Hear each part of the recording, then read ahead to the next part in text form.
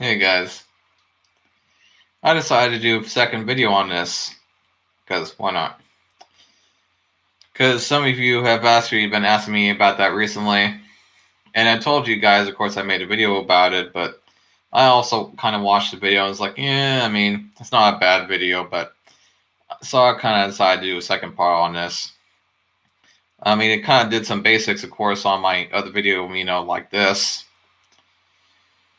Now, this is something you want to start out on, just doing this.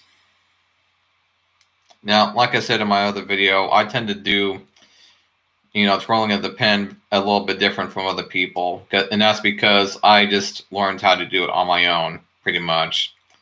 So some of the tricks that you would normally see some people do, I actually don't know. It's just something that I've just done on my spare time, to be frank. Or just when I'm sitting there watching a movie or something or doing my homework, whatever. So, as you can kind of see, I just kind of flip through like that. Just as you can kind of see. You could also do something like this. Sometimes I just come up with stuff. Just do that. Now, what a lot of drummers tend to do, I've noticed, is they tend to do something like this a lot. Just use those two fingers right there, just the trigger finger and the middle finger. Just that. As you can see, it just stays there, and it just does that. Just does that. And it just looks like it's trolling over and over again. Now, a good place to start is kind of the pinky right there. You can kind of do it like that. As you can see, I did the same thing I did with my trigger finger and my middle finger, where I just do that. And then I just go to the middle and trigger finger again, and just pass it to there. So I'll just do that again. There you go. I mean, when it comes to trolling a pen pencil, like it looks more complicated than it really is. Not to say that there aren't a lot of hard tricks to do, which I am able to do from like a ton of practice, but that's what it just really takes when it comes down to this kind of stuff. It just takes practice, practice, practice. And one thing that I definitely learned from, doing this kind of stuff is that, I mean, you can pretty much get good at anything in life if you put enough practice into it. I mean, just don't ever listen to those people when they say you can't do something, because there's a pretty good chance that you can do something. Not that, of course, people don't have disabilities that disable them from doing something, but you could pretty much do almost anything with enough practice, even if you're not naturally good at something.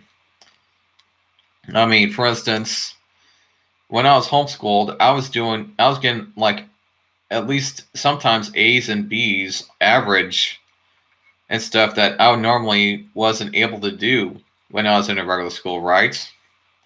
So just keep on practicing, keep on practicing. You'll eventually get it.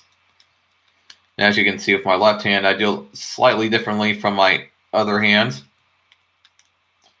Where sometimes I'll do the flip and then flip it back. Flip, flip, and flip it back. Now sometimes I like to do it like this, where I'll switch it to another finger like that, and then I flip it back. You see that? Let's do that. It switches it to the other finger. Switches it one finger to the other. That's how I sometimes will switch it between the other fingers. You could do underhand. You could do backhand.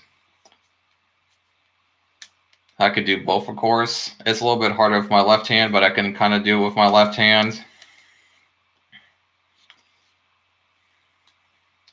You can kind of control it with one finger, like that. You have to just take it like that. You just flip it with your thumb, kind of. And sometimes you use your thumb to just kind of assist it so that it just keeps it from flipping out. And you can just go from the other finger to the other like that. Now, sometimes it's actually kind of easier to go fast with these tricks because sometimes, as you can kind of see with this trick here, where I'll do it like that, if you don't go fast enough with something like that, it'll just kind of just flip out of your hand sometimes. But I've also over time realized you can only go so fast as well. Because if you try to go too fast, because if you want to go really fast, what you have to do is that you kind of have to let it drop from your hands a bit. Now, what I never just put my fingers in the middle.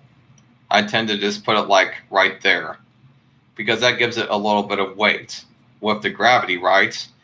And so the gravity helps it go a little bit faster like that. It kind of makes it so it's helping it swing between my fingers, is what that extra weight at the end is doing when I fling it around like that. It's giving it extra weight to kind of push and pull around to make it go faster. So you kind of gotta let it just fall from your hands a bit. Is the thing. But again, you can actually only go so fast. If you try to go too fast, it'll just flip out of your hand. It doesn't matter how good you are at going really fast. It's just going to flip out your hand eventually. That being said, I guess I'll just end this video. If you guys would have any more questions about doing this kind of stuff or just any other questions like the doll topic, put them out in the comments, and I'll see you guys in the next video. Bye.